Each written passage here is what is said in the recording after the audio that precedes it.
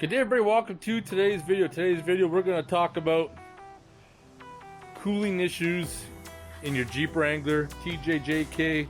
The way they're designed, it's all going to be the same. I recently installed an LS motor a little while ago. So you can see it right there. And recently I just started driving it to start working out the bugs. And on my first drive, I noticed that my temperatures were creeping up. I was hitting 100 degrees and I had to run the secondary fan. I was starting to get a little bit concerned because that's a lot warmer than it's supposed to run. You know, it's my first time driving with LS swap. Lots of issues could be going on. But then it dawned on me afterwards. Besides for the obvious, having the winch block a lot of the radiator, I also had these grill guards put in. And these grill guards I installed were supposed to help prevent the radiator from getting damaged, because when I did the LS vortec swap, spent a lot of money on a custom radiator and you want to do the best to protect it. So I'm going to show you some video clips of my experiences with the grills and then without the grills. So in all fairness, this is how it looked beforehand, before I removed the grill guards. You can see already, like I said before, with the winch and then the grill guards, there's a lot of resistance there. And then this is a video clip when I first took it out, and you can see the coolant temperature right now is creeping up at 101 degrees Celsius.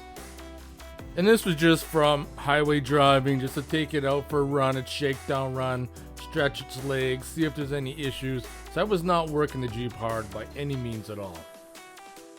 So then once I removed the guards, the hottest I hit was 95, 96 degrees, and that was with only running one fan. I was hitting 100 degrees with running two fans with the grill guards in.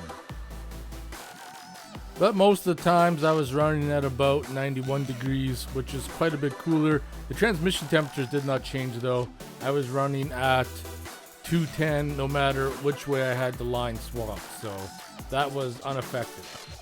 So I want to say, in the end, with my experience, these grills probably made my LS swap operate probably about 7 degrees warmer than normal.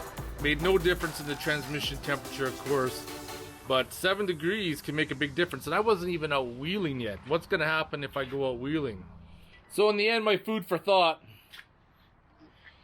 if you had the regular engine, I don't know how much of a difference you'd actually notice if you use these or not, but in my LS swap it did.